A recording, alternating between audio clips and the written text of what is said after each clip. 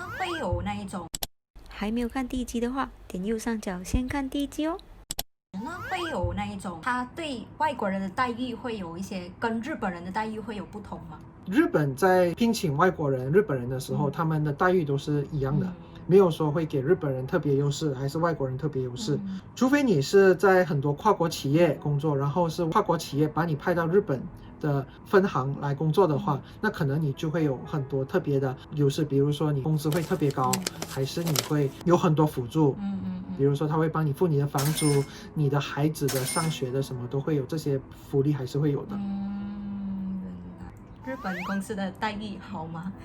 可以问吗？日本的公司待遇，其实我觉得日本公司除了工资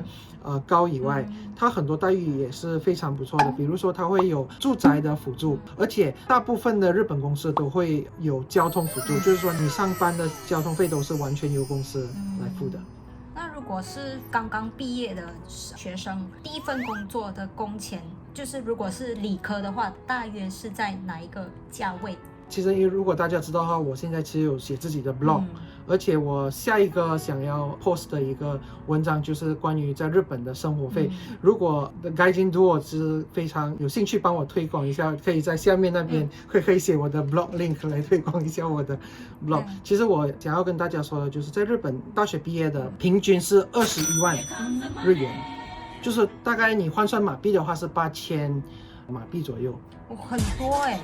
对。那会有那一种年终奖金吗？比如说就 bonus。每一年其实也要看，很多公司不会保证会有 bonus，也要看业绩，2-3个月是有的。其实我也有朋友在日本工作了3-4年，就是在20几岁的时候，他们的奖金 bonus 大概有上百万日元的也是有的。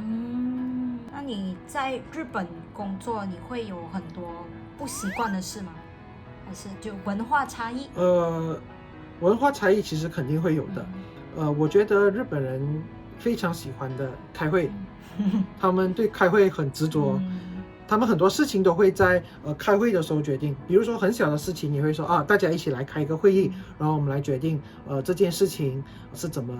处理。可是，一般这种会议呢，不会有一个人做决定，就是可能会有几个人提议很多方案，然后到最后是他们会每个人一起决定一件事情。比如说大家在一个会议中得到一个方案，要去做，比如说要卖一个产品，他们决定在那个会议10个人在那个会议上决定我们要卖这个新产品，结果这个新产品在推出市场以后反应不是很好，当老板指责的时候，到底是谁应该负这个责任的时候，没有人会站出来负这个责任，因为他们会说这个不是任何一个人做出的决定，而是一个大家集体讨论出来得到的结果的一个决定。所以也是我刚才所说的日本的一个集体社会会时常出现的一个现象。就是如果你一个人去做决定，所有那个责任全部就是在你自己的身上。对。明白。所以日本特别不鼓励英雄主义者。确实。不习惯的事情还是会有的，我还是觉得有时候很多事情他们不会直接告诉你。这除了在日本的工作以外，我在日本生活也有体会到这个事情，就是说他们会很多事情会很，日语来说是叫暧昧，就是会很多事情会说的不是很清楚的表达他们的意思。主要其实一个原因就是他们不想冒犯到任何人，所以讲话的时候，比如说他跟你讲 no 的时候，他不会跟你直接说 no， 他会用很多其他方法，比如说这个有一点点不是很好，还是会跟你说这个我不太习惯，所以他不会直接跟你说不可以，还是不行，也不会直接这样告诉你。有时如果你不是很了解日本这种文化的话，在工作上肯定是会遇到一些麻烦的。那你在工作的时候有没有被上司骂过，还是日本人有说过你一些就是你身为外国人做错的一些事情，有被骂过吗？我觉得任何人在新工作的时候犯错是肯定会有的。我之前犯的一个错误就是我把客户的邮件发错了。发给我就是把他的，因为日本他们会把工作和私人生活分开，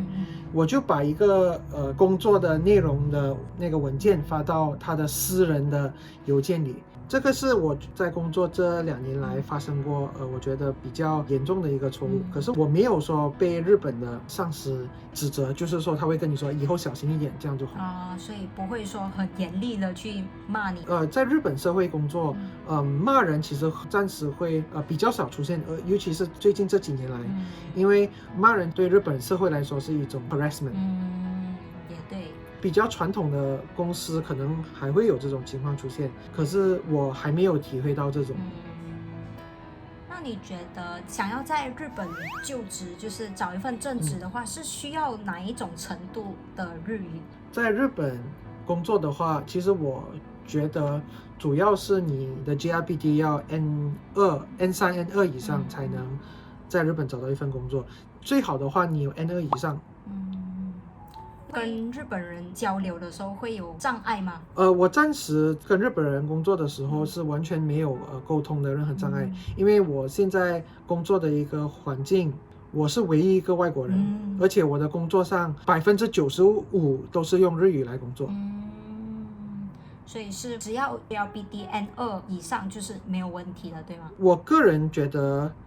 GRBT N2 其实很多公司在聘请外国人是一个必要条件，可是我个人认为，如果你想要在日本工作，你除了在写和听，在用日语的表达能力也是非常的重要。那你刚才说了，在你上一份工作的待遇很好，然后也没有被骂，就是所有事情都完美。可是我在你的部落格上面看到你丢掉了这份铁饭碗，是可以跟我们讲你的原因吗？其实好像我刚才所说的，我们在日本找工作的时候会在毕业的前1年前开始找工作，而且我的这份工作是在我开始工作的11个月前就已经决定了。可是在我大学的最后1年里面，我其实体验过很多东西，而且因为我还有去实习，我还有去 internship。我去 internship 的时候，我其实去了一家做 IT 的公司，而且他们都是有做一些人工智能机器学习的这个领域。我那个时候是有机会体验到这个最新的科技，而且当我的之前那份工作的时候，他有派我去中国去实习，我在那边有遇到很多，看到了中国现在的发展非常的先进。然后有很多的我在中国的同事朋友都跟我聊了很多关于未来的趋势，然后我觉得 AI 是未来的趋势非常的先进的一个领域，然后我刚好有这个机会，所以我就换了新的工作。而且主要是因为新的工作里面给了我很多的自由度，我能在工作的时候能做到很多我想做的事情，而且除了工作以外，他们还有提供很多培训，让我在这一方面可以有很多学习的机会。当然工资也会比之前的工资还会稍微高一点点。所以主要原因是因为工资。请问你有什么给那些想要在日本工作或者是想来日本留学以后在日本发展的朋友们的一些意见吗？对于想要来日本留学的人，我觉得我想要给你们的建议就是，其实日本是一个非常非常适合留学的一个国家，因为如果你没有任何经济的支柱的话，在日本你工作做一些 part time， 其实就是可以在日本生活，其实是没有问题的。虽然可能会辛苦一点，可是我觉得还是能应付得来，而且会是一个非常好的生活体验。而且日本是一个非常漂亮的一个国家，很多地方你可以趁你的假期的时候，你可以到处去日本旅游。然后对于那些想要在日本留学，想要以后在日本找工作的一些建议的话，我会说，找工作其实就是我们人生肯定会经历的一个部分，也不需要太过压力，也是只要做到最好，肯定会有一家适合你的公司会找到你的。这是一个很好的心态。我是这么认为，我觉得最大的公司、最好的公司不一定是适合自己的公司，你要去找一个适合自己的学历也好，自己的性格也好，去找一个跟以后你可以很好的相处的一家公司。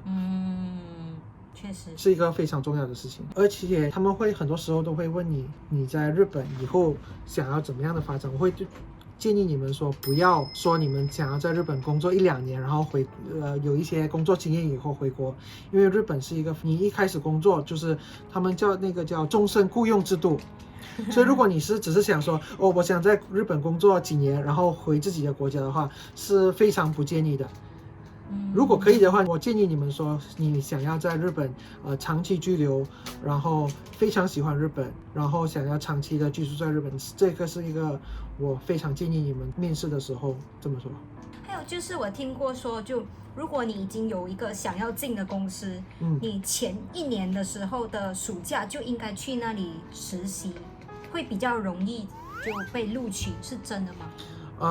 其实我没有这一方面的经验，可是我可以说，只要你想进的公司是适合你的话，公司也会觉得你是适合的人选的话，你有没有去他的公司做过 internship 实习，其实也不是非常的重要，因为你想进的公司如果是大公司的话，每一年都会聘请可能几百个人、300个人、400个人。他聘请的那300、400个人里面，大部分的人也没有去过公司实习，所以这个不是必用，没有关系，对，没有太大的关系。虽然你在面试的时候可能会帮助到你，可是有去面试不代表你肯定会进到那家公司。明白。那今天我们谢谢伊恩来我们的频道，愿意来分享他的工作经验，希望他的分享能够有帮助到大家。伊恩自己也是有写一个部落格，是关于到主要是我会分享我在日本生活了以后，在工作啊，还是在日本社会体验到的东西，我都会写在我的 blog 里面。所以想要了解更多日本生活或者是日本工作的，就可以去看看伊恩的 blog， 我会把 link 放在下面，然后也记得订阅的盖金多的频道。我们下次再见。喜欢我们的影片吗？请分享出去，按赞。